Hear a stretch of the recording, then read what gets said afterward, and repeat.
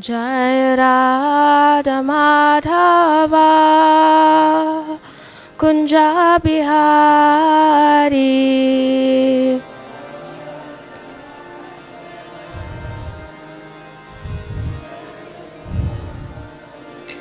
Jai Radha Madhava Kunja Bihari.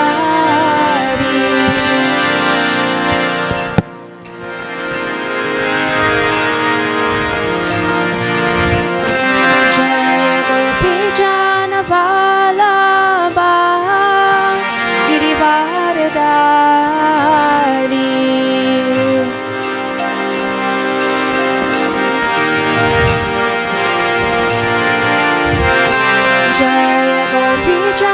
Vallabha Girivardhari.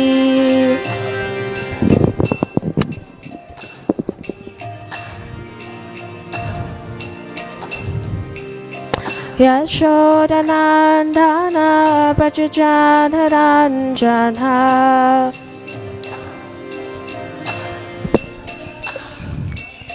Yashodanandana Brajajana Ranjana.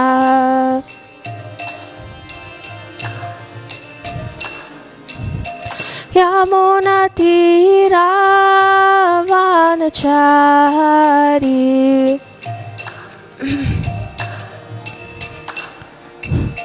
Yamuna Tira Vanachari.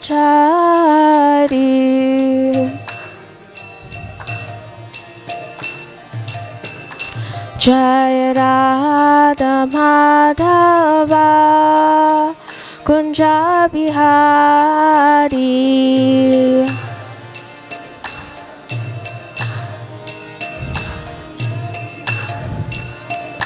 Jai Radha Madhava Kunja Bihari.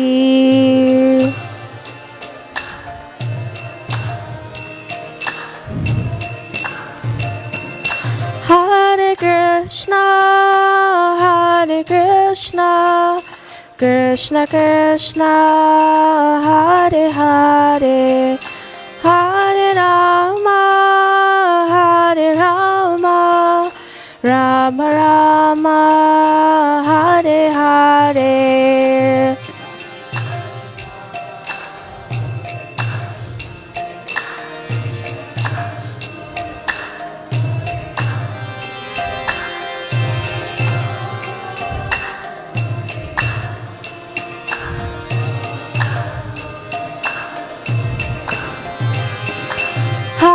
Krishna, Hare Krishna, Krishna Krishna, Hare Hare, Hare Rama, Hare Rama, Rama Rama, Hare Hare.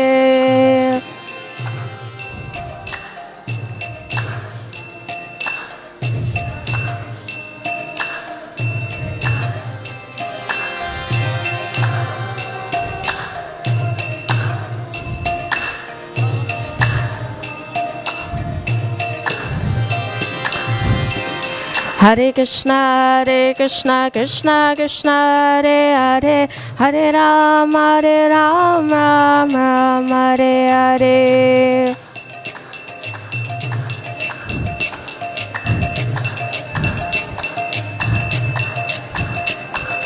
Hare Krishna, Krishna Krishna, Hare Hare, Hare Ram, Ram Ram, Hare Hare.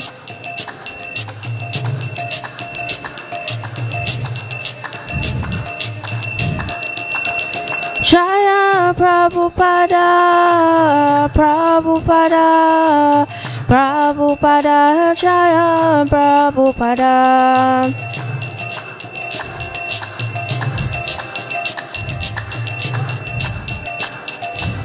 Jaya Jaya Prabhupada, Prabhupada, Prabhupada, Jaya Jaya Prabhupada.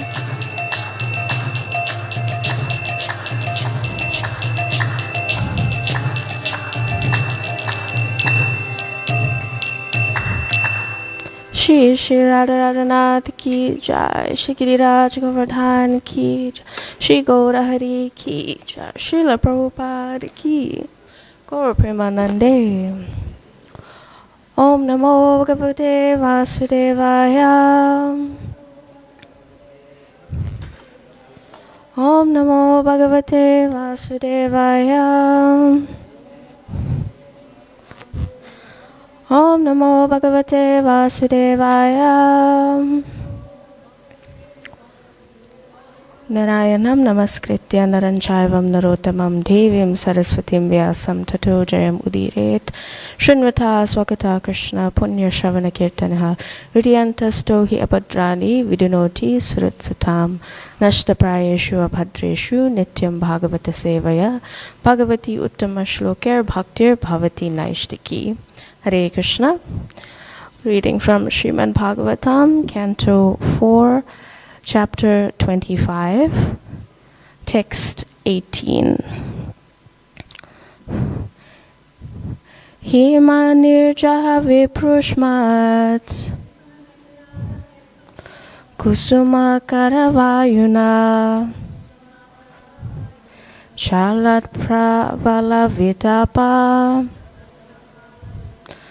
Nalini tata sampadi Himanirjaha viprushmat Kusuma karavayuna Chalat pravala vitapa Nalini tata sampadi Himanirjaha viprushmat Kusuma karavayuna Chalat pravala vitapa Nalini tata sampadi.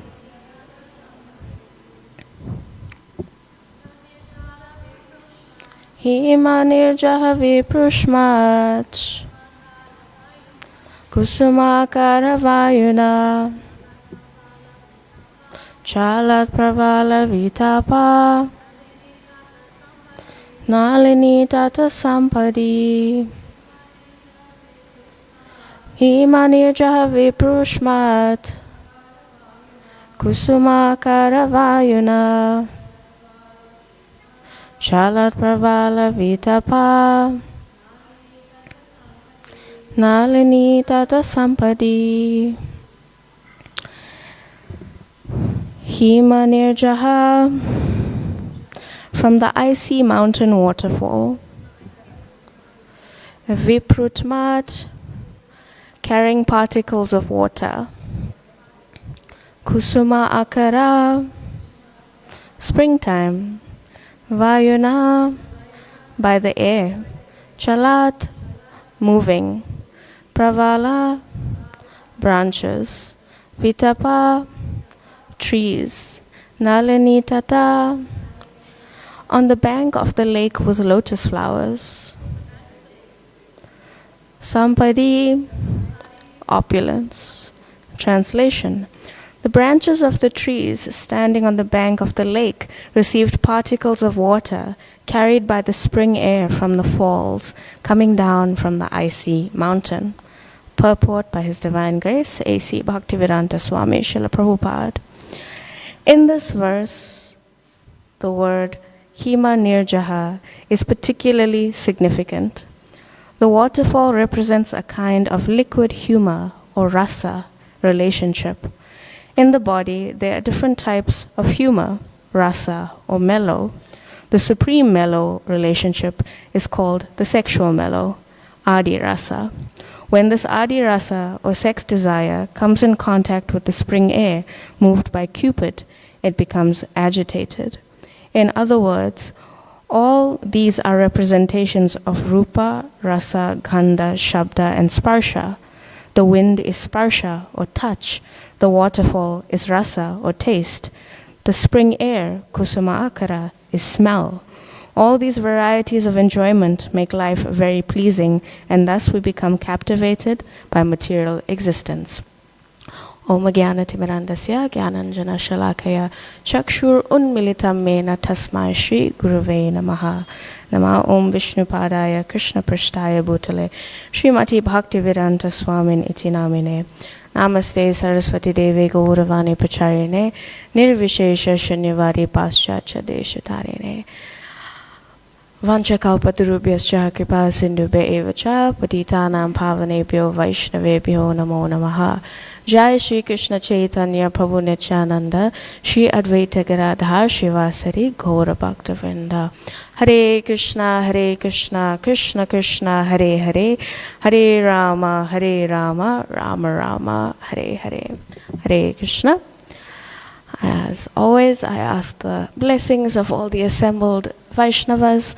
May I speak something that is spiritually in line with Srila Prabhupada's teachings, as well as pleasing to the hearts and ears of all of the devotees. So today's verse, we are continuing with the pastime of King Puranjana, and we are seeing the description, this beautiful description of the external environment he's in, and the branches of the trees on the banks of the lake, and it's beautiful springtime, and the waterfall is blowing these droplets of water down from the icy mountain. And Prabhupada is saying in the purport, it's part of the allegory that all of these things represent like the senses: smell, touch, taste, so on and so forth, and how we, as the living entity, we experience all of these things with our senses in material existence, and we become caught up in them. And this Prabhupada is speaking about the relationship or the sexual mellow, adi rasa, and how that is like, in one sense, the highest enjoyment that there is. So we know from our reading of Srila Prabhupada's books that in spiritual world, the energy which governs everything is love, selfless love, or bhakti in particular. But in the material world, the energy that governs everything is lust, the opposite or the perverted reflection of that. So we know Krishna, he is the absolute truth. He is the source of everything. Everything emanates from him, in one sense. Not in one sense, it does. Everything emanates from him. Not like in the literal sense, if I can say, the chair emanates from him, the energy of that emanates from him, and what's here in the material world is a reflection of what we find in the spiritual world. But when we look at a reflection, if you've ever walked around the moat and just looked at the water, you see the reflection of the trees and the sky and the clouds, but it's distorted. It's not exactly 100% always correct. Sometimes, the water is moving and you think you see something, but it's something else. So there's some distortion here. So everything in the material world here has its pure prototype in the spiritual world. The spiritual world is not deficient in any way. Everything does emanate from there, including sex desire, as we are reading about today. It is called adi rasa, or adi rasa, yes.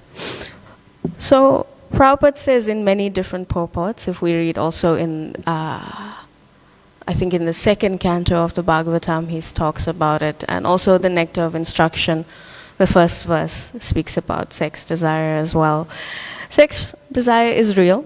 It exists in the spiritual world because Krishna, we know, he's the original Cupid, Madan Mohan. So the desire for pleasure and enjoyment is present both in Krishna and in his parts and parcels. So in its purest spiritual sense, it's something that is there. It's a spiritual experience there. So this desire for pleasure and enjoyment is there in our spiritual form. We are pleasure-seeking beings. We know Anandamayo Abhyasat. The spirit soul is Satchidananda. We're made of eternity, knowledge, and bliss. We're looking for bliss. We're looking for pleasure wherever we go. But in the spiritual world, this Adi Rasa, or the personification of this rasa in the spiritual world, is the Ladini Shakti, which is Srimati Radharani. She is the pleasure-giving energy of Krishna, the source of enjoyment for him there. So we as the living entity, how do we actually experience Adi Rasa in its truest sense? By serving the enjoyer, Krishna. So we follow in the footsteps of the Acharyas and serve Srimati Radharani. We know that she is the best example, Prabhupada says, of how to serve Krishna, because she is the embodiment of that energy of service and pleasure. So yes, we all know this very well in the Hare Krishna movement. It's like the thing that we all do. No, we're here to please Krishna. We're here to please Krishna. We know we're supposed to do that. Prabhupada says in another, I think it was in a lecture in Los Angeles, he says that, if you just unite Lakshmi and Narayan, then you will be happy, right? So we see the best example, one good example of this is Hanuman, how he finds his happiness by reuniting Sita and Ram in that way. So yes, everything we do should be to unite Radha and Krishna, or to serve Radha and Krishna in that way. And that's how we as the living entity experience what true Adi Rasa is, true pleasure.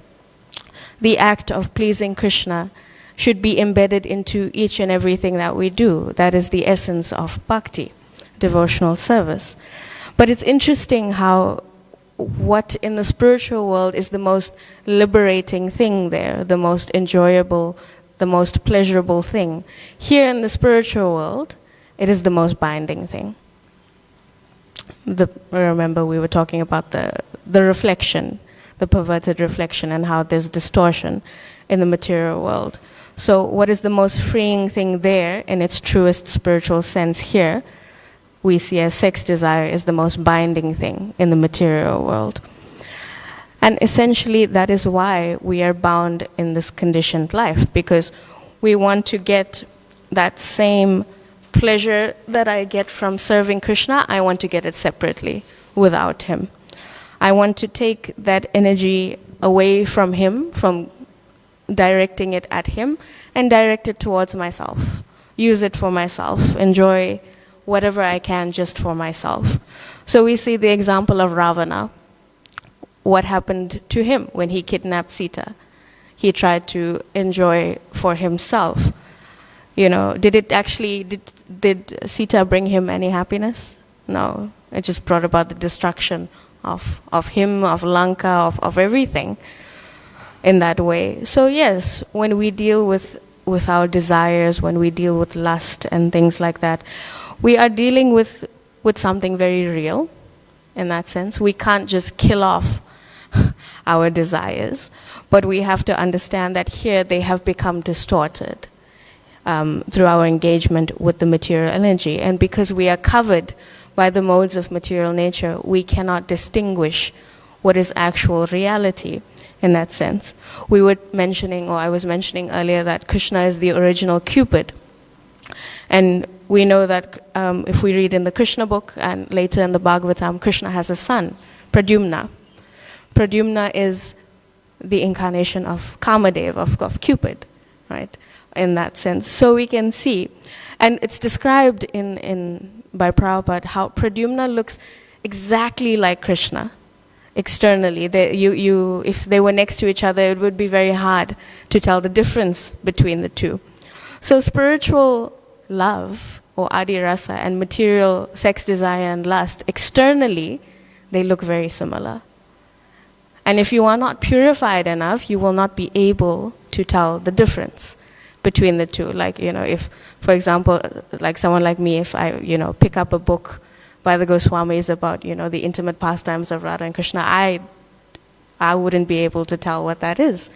To me, I would read it and it would seem like any mundane thing I've read, which externally it would look like that, but actually it's a very, very different thing. So yes, we are looking for pleasure in the material world because inherently, yes, we are enjoyers. But as the living entity, we are supposed to enjoy in Krishna consciousness. And that is the purpose of the Krishna consciousness movement, to find that pleasure in service to Krishna. And it's very interesting when you think about like mundane sex desire and love. Most religions in the world, they realize that lust is an obstacle on our spiritual path. And they all have some means of regulation of dealing with it, in that sense. But they may not be, inherently clear on how sex desire originates, but they know it's there. It's an obstacle on our spiritual path. We need to deal with it. We need to regulate it. We need to do something about it. But we see how the nature of enjoyment is present in the world, and we see from today's verse, externally how the environment is, the spring air carrying the droplets of water from the icy mountain, enticing our senses. And as Prabhupada says, thus we become captivated by the material existence. So when the nature of enjoyment starts showing itself here, it comes as lust. It comes as anger, it comes as envy, illusion, madness, and it degrades you through that whole cycle.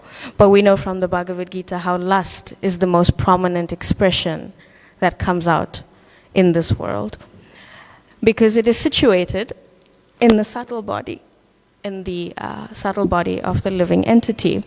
So we see that our power to desire comes from the soul, because the soul is essential to our consciousness. Without the soul, it would, matter would not be alive. But how we use our power of desire depends on what is stored in our mind. And we know we are coming with so much of conscious and unconscious impressions from all of our previous lives. So we don't actually know what is stored in our mind. It's only when you're in some crazy situation that something comes up that you didn't even realize was there. Right? And Prabhupada would say the only person who has no desire at all is a dead man. Why? Because the soul is not there anymore. There's no consciousness. So there's no possibility of desire. But it's the business of the mind to become attached to something. The mind is never not going to be interested or attached or detached in 108% at all. That's why Prabhupada would emphasize, don't, in one sense, kill your desire because you're trying to just, pretend it's not there. But you purify what it is that you're dealing with. But we don't like to listen to Prabhupada. So we try and we repress and suppress and push down the things that we're feeling, pretending it's not there. But then what happens, Prabhupada says? What comes out from that? Anger, who is the brother of lust. Either anger comes out from that, or you become very hard-hearted. In your attempt to kill your lust, you kill everything else that's in your heart. And then we know it's described that devotional service or bhakti is like a creeper that we grow and we plant and we nourish in the heart. So how can anything grow in a hard-hearted place? It's impossible, you can't grow a plant out of marble. You need something very soft and very fertile in that way. So Prabhupada says, yes, it is impossible to become desireless, because if we are alive, we will have desire, we will have karma, as he describes it. It's impossible to kill, because in one sense, it's a part of the soul, it's a part of our nature. It's inherently, in its purest sense, a spiritual urge, and we cannot destroy a spiritual urge. But what happens from either anger or hard-heartedness, and eventually, when you push hard enough, in some cases, a fall down. And sometimes, we've seen this more times than we would care to admit or acknowledge. Sometimes the fall down that comes from repression is much more embarrassing and lower than would have just happened otherwise if you just acknowledged where you were in your life and dealt with your desires appropriately in the correct way. Right? And we know Krishna himself says in the Bhagavad Gita that he is sex desire according to religious principles. In the Nectar of Instruction purport, the verse is talking about the urges of the tongue, the stomach, and the genitals. And the verse is saying that the person who controls all of these is fit to be called a Goswami, or master of the senses. In that purport, Prabhupada is speaking about how in the Krishna consciousness movement, marriage is an important thing. But marriage is not an excuse for sex life. Marriage is the purpose of marriage is to produce children. Because if you're going to engage in an activity, there's a responsibility that comes with it. So if you engage in sex life, the responsibility is children. And you can only engage in the activity if you are willing to accept the responsibility. That is the humane thing to do. But in this day and age, it is so different, You can engage without exception. There's contraception, there's abortion, there's so many things to avoid accountability and responsibility in that way. I was scrolling on my social media and this quote popped up. I don't know, I can't remember the name of the person, but they're from what I understand, a very prominent author, but in India. So an Indian-bodied author. And this person is saying, sex is a necessity, but marriage is not. So we can see the kind of world that we live in. Anything to not take accountability and responsibility for our desires. But Krishna says that he is that kind of sex life that is in accordance with religious and spiritual principles. So we can see that sex life itself is not a problem if done in the correct way. It's when it becomes distorted and perverted and an obsession in our lives, then it leads to problems, right?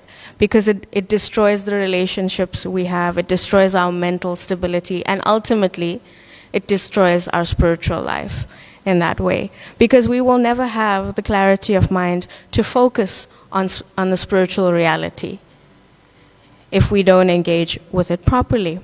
And Krishna says in the 5th chapter of the Bhagavad Gita to Arjuna, they're talking about this.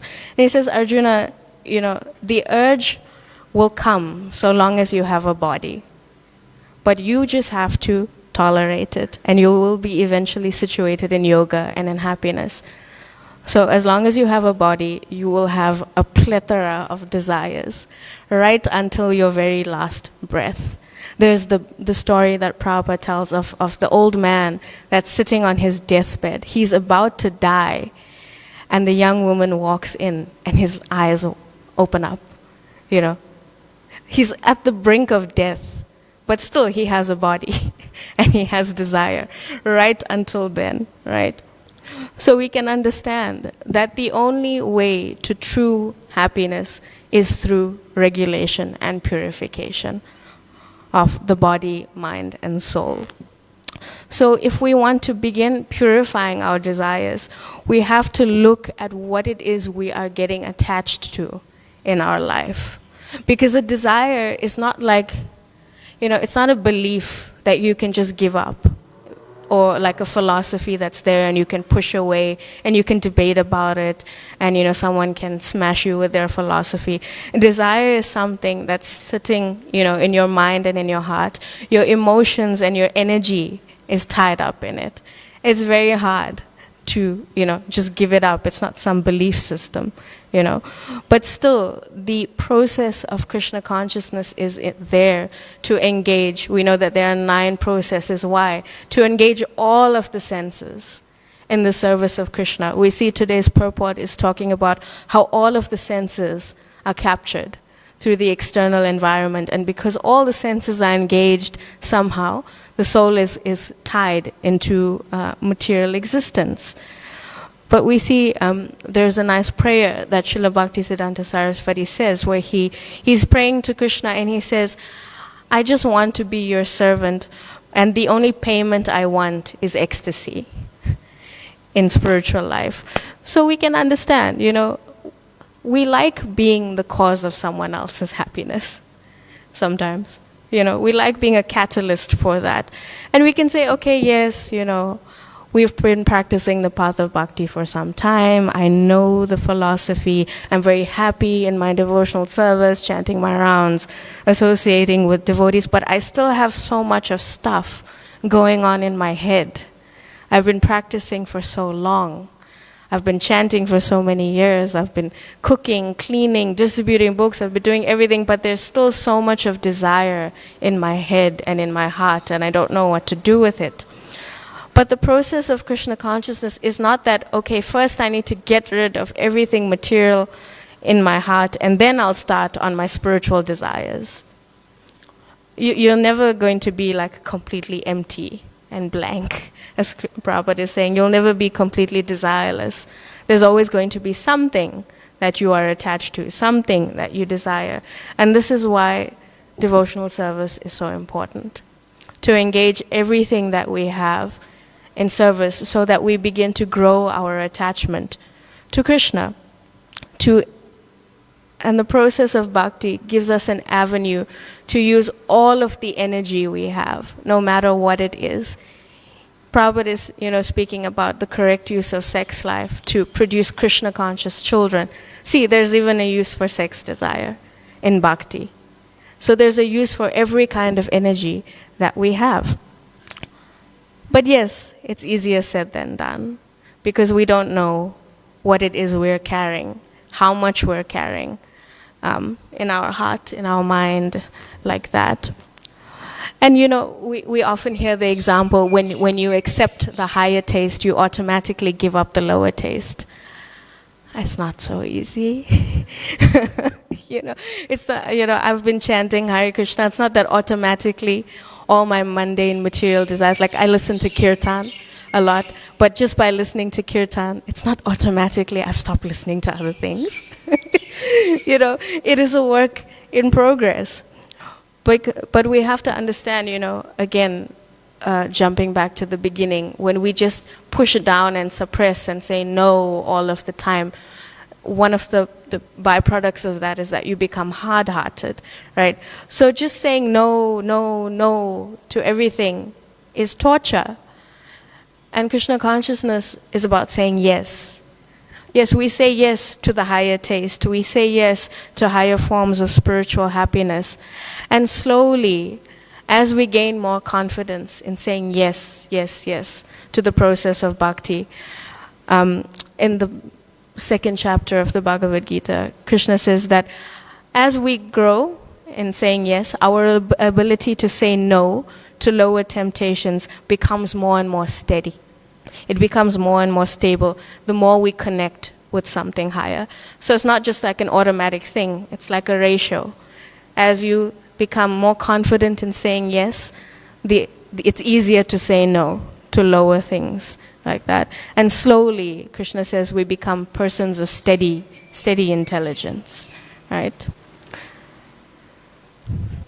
And we see the pleasure that is derived from lust, from sex desire. It's very fleeting and momentarily. The build-up is often more exciting than the actual event, right?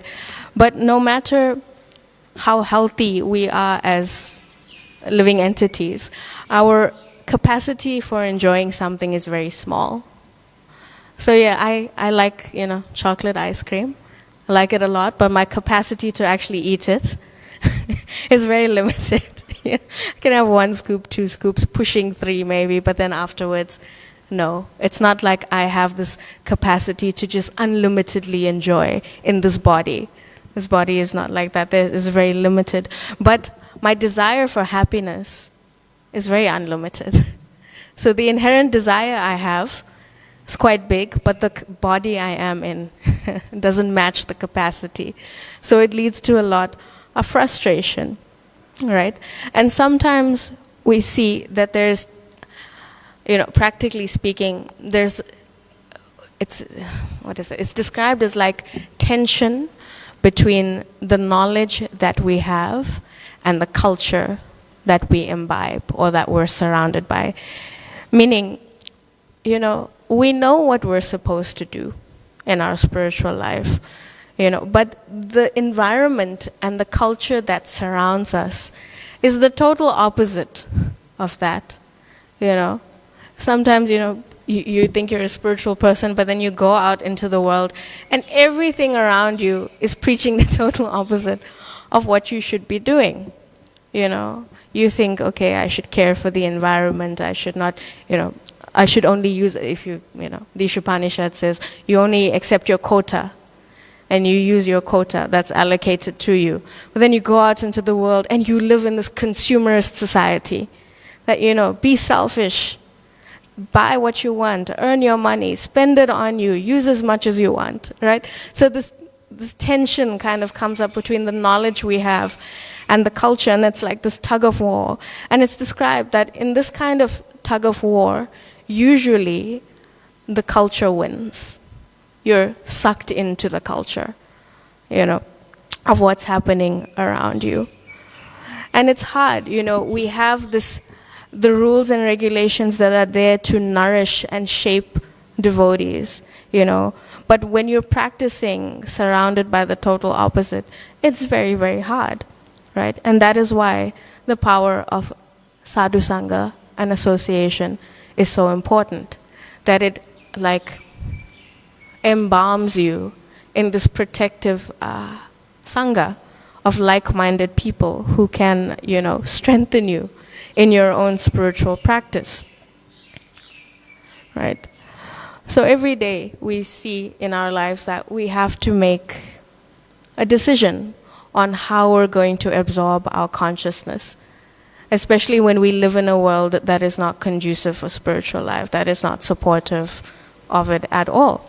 And daily, even when you live in the temple and a spiritual environment, you will feel the material energy come in. You will feel internally, externally. We can see that, especially when you live here. It's not, yes, it is a spiritual oasis, but we see the material energy creep in. And you see how it tugs and it pulls and it pushes on you, But Krishna watches. Krishna sees everything. Yes, he's here on the altar and he sits in the heart as well as the Paramatma. And he sees that when we choose him, despite how hard the material energy hammers on us, he sees that, and the relationship we have with him begins to thicken and solidify and grow in that way. It's not that, yes, I've joined the Krishna consciousness movement, I've taken initiation, it's over. No, we don't actually understand how much of a beginning that is. They say initiation is only the beginning. We take that, we don't take that seriously enough. That how much of a beginning it actually is. Because every single day you have to choose what you're going to push in your life. What are you going to do with your consciousness? What are you going to do with your desires? We have to prepare ourselves. That's what sadhana is. It's just a lifetime of choosing Krishna every single day. That's what we're doing. And in doing that, we have to understand that if it's a lifetime of choosing Krishna every single day, it's a lifetime against all of the desires, all of the lust, all of the anger, all of the greed, the sex desire, everything. If I'm choosing Krishna, then it's a lifetime against that. And that is why it has to be done every single day. Because yes, we are not the body. That's the first lesson we learn. But I'm currently in the body. I'm currently living, experiencing a certain situation, and I'm conditioned by a specific kind of constitution. So I may not be the body, but I'm in the body at the moment, and that's a lot to deal with. And that, again, is why association is so important, We feel sometimes with not just sex desire, but all of the other lower desires that we have. It's like, okay, when you're new and you come to Krishna consciousness, yes, it's expected. You have all of these things and you come with them. But I don't know what happens along the way in our practice, suddenly feel like we're not allowed to have these desires anymore. We're not allowed to struggle, Probably, we don't talk about them, we don't express them, and when someone brings them up, we're like, oh, just chant, it'll go away. Yes, it will. But sometimes it needs a little more support from the devotees, right? Sometimes the things we struggle with the most, we have the least help with, right?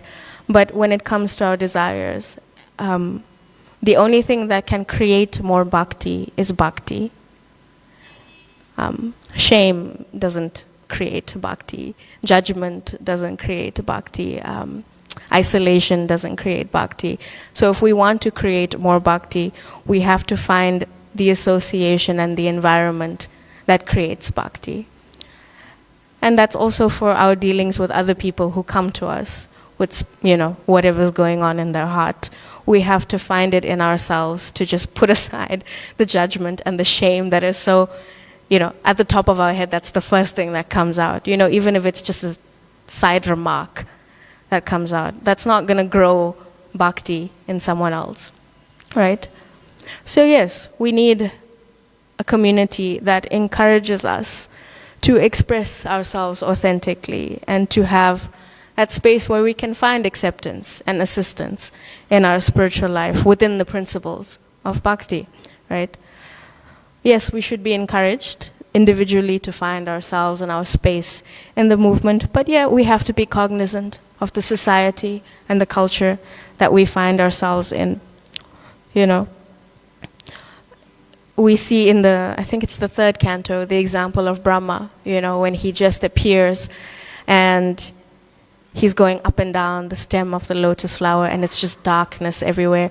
And he is Lord Brahma, right? He is the creator, of the universe. He is a very big, important personality. But even someone like Brahma has a very hard time understanding who he is when he has nothing to work off, right?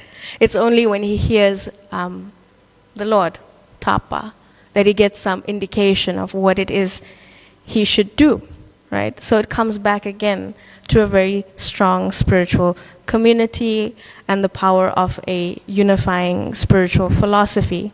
And when we are well situated in a community of like-minded spiritual people, we can go so much further in our life. Because yes, it is the philosophy, it is the sadhana, it is the practice, but it's also the people that make or break spiritual life, right? And we see this, if you talk to people who have left the spiritual practice, sometimes you ask them what happened. More often than not, it's the people, more than anything else, right? That have made, things extremely hard to deal with. Because when it comes down to it, everyone is a devotee of Krishna, whether they are conscious of that fact or not. They will, at some point, fingers crossed, come back to him. And it's our responsibility to just ignite something in them, ignite some kind of bhakti, to bring them back so they can come back to that position where they can enjoy, in its truest sense, what Adi Rasa is, the mellow of pleasure and devotion that is tied to Krishna. Because yes, our relationship with Krishna may be covered in some way, but at its essence it cannot be shaken, right?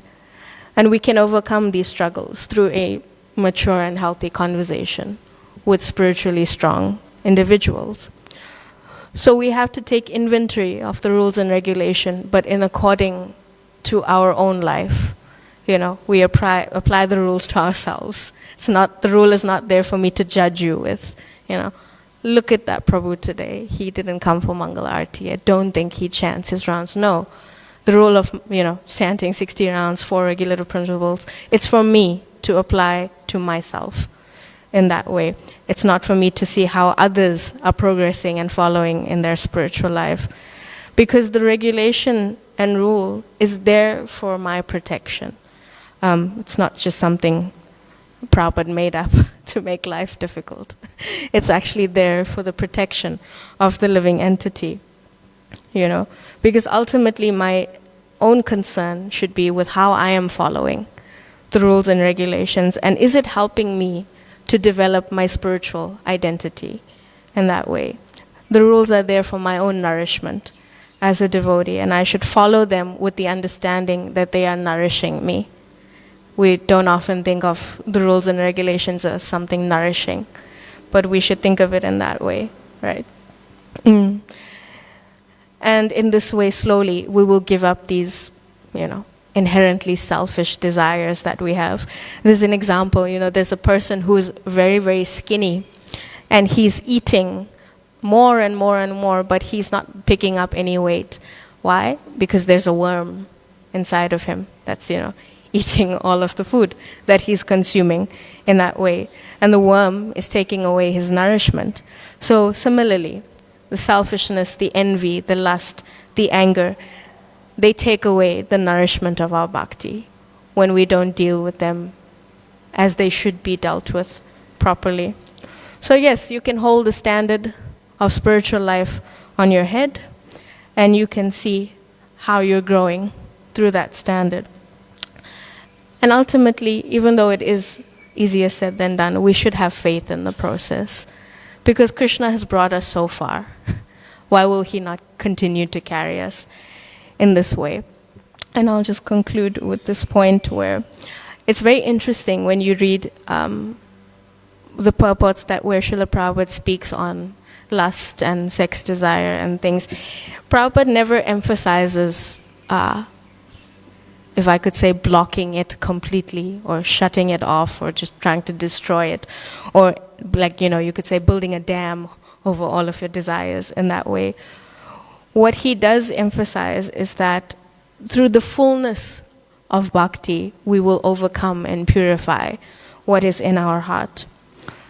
There was a very nice point I'll conclude with where Kadambakanana Swami says that when the heart is full of bhakti, there's no space left for anything else. So he gives the example that in your heart, you put the boulders of bhakti, and when you put all of these boulders, still there's little spaces. So you put these little stones of sadhana and Vaishnava etiquette, and still there's a little more space. So you pour in this fine sand of a service attitude. And in that way, there won't be any space left for anything else. I will stop there. Is there any corrections, comments? Ravindra Swarup Prabhu.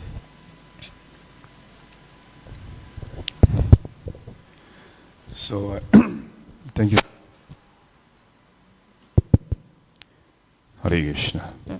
So, thank you so much for enlightening us with some words. There's two things that I got.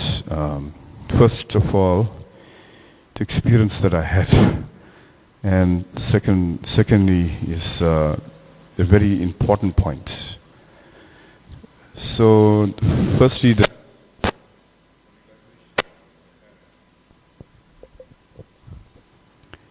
so after Mangalarti, I was after Mangalarti, sometimes change up and then go to the stadium and do my japa walk.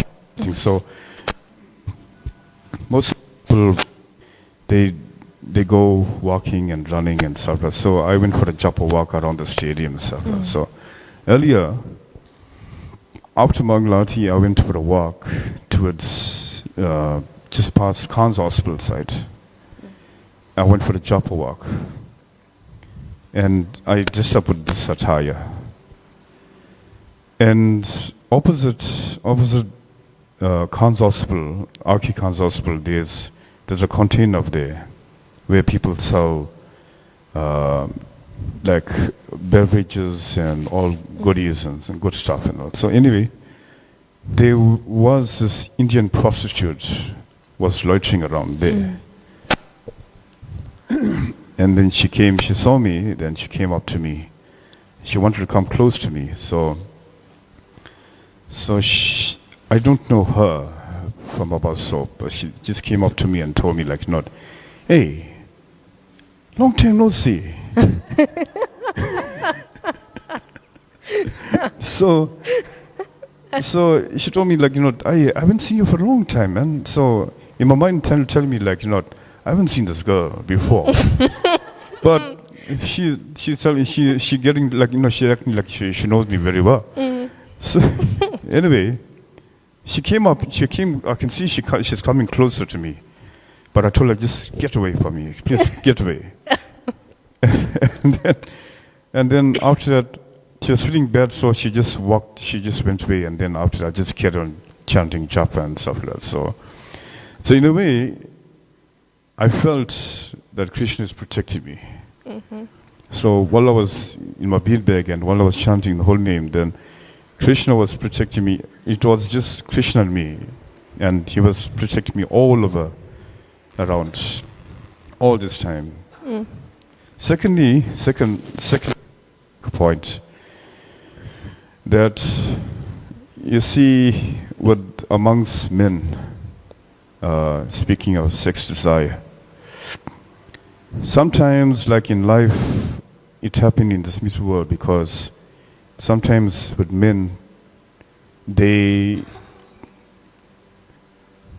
look at women, the shape of the body, and then after they get bewildered, and then after that,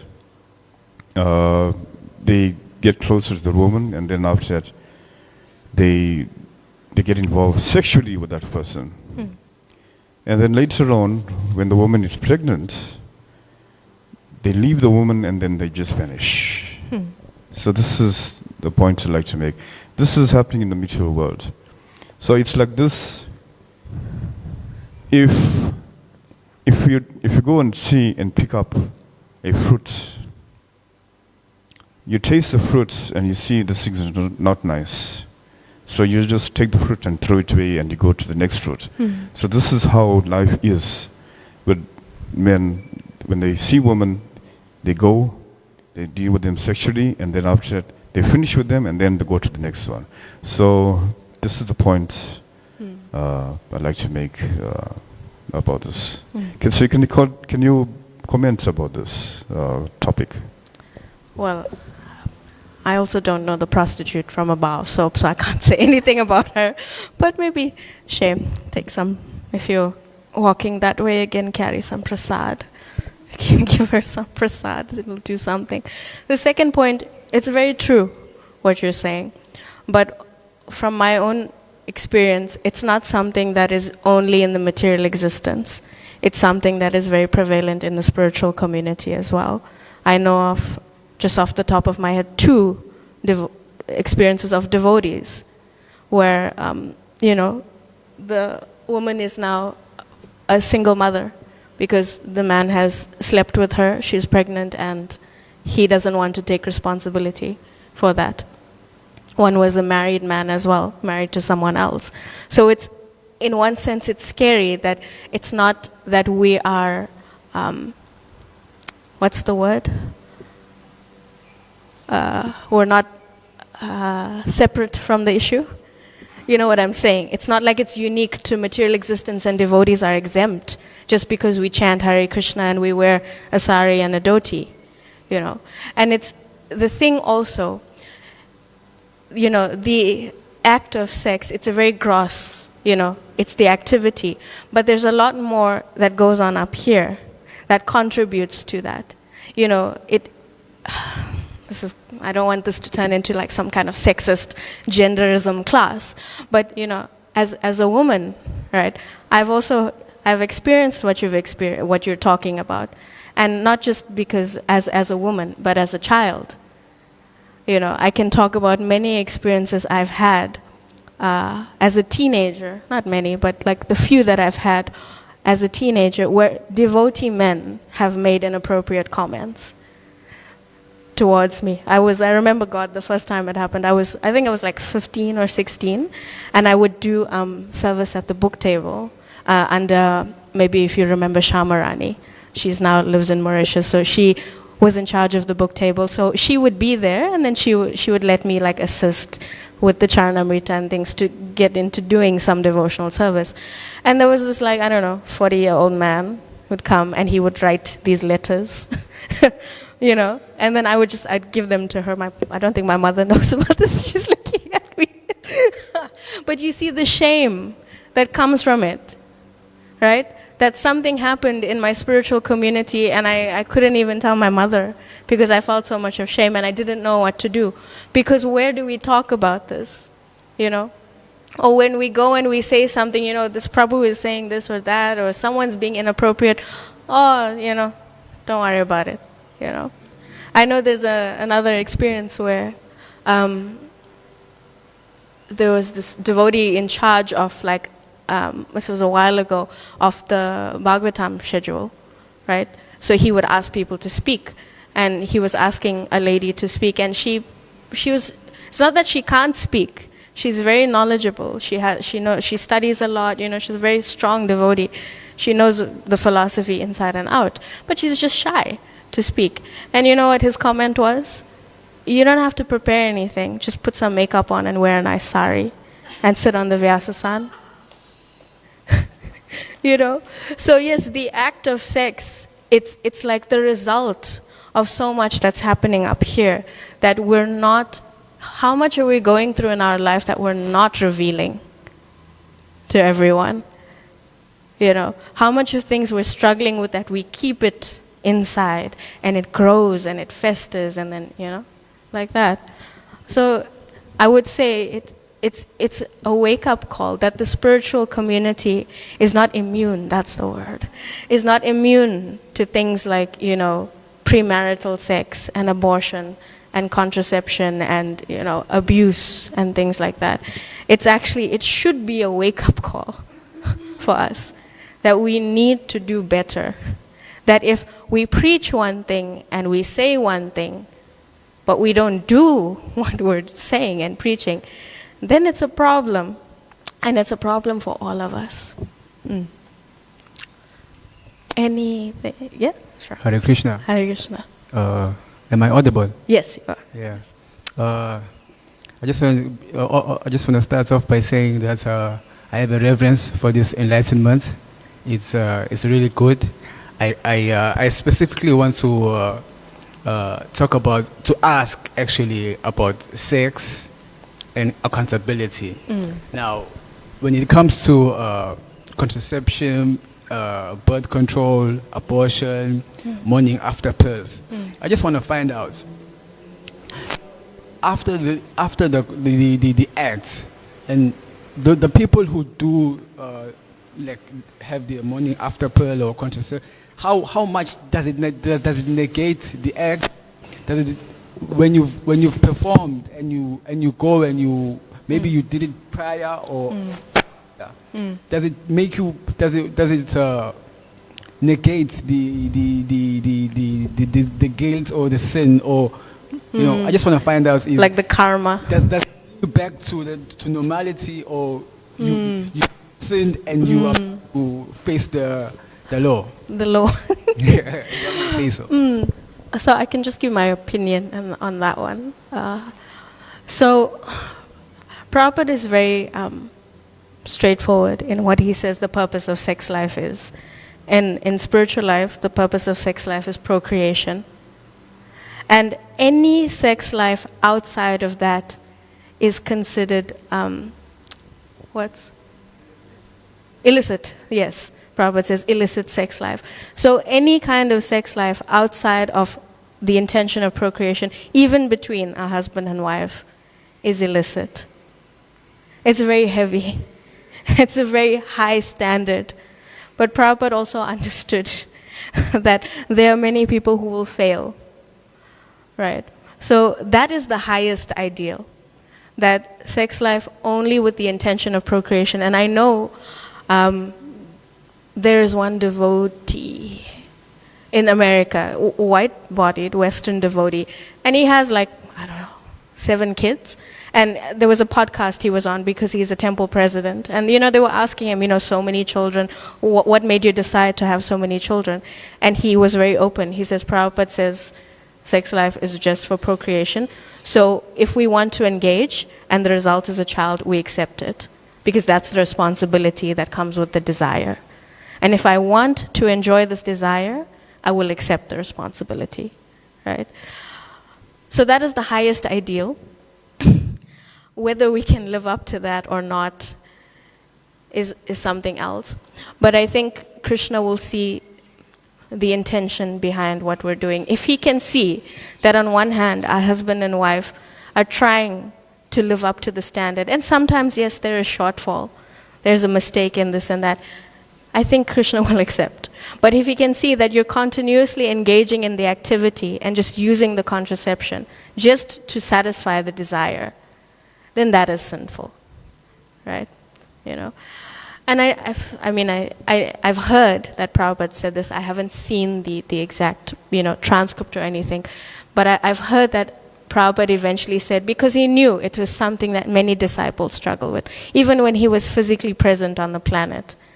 There's plenty of, marriages breaking and, sex out of wedlock and single mothers and sannyasis falling down. It's not like it's only happening now. It's happening from his time. I've heard that he said, if you're going to engage in anything, at least do it within the boundaries of marriage.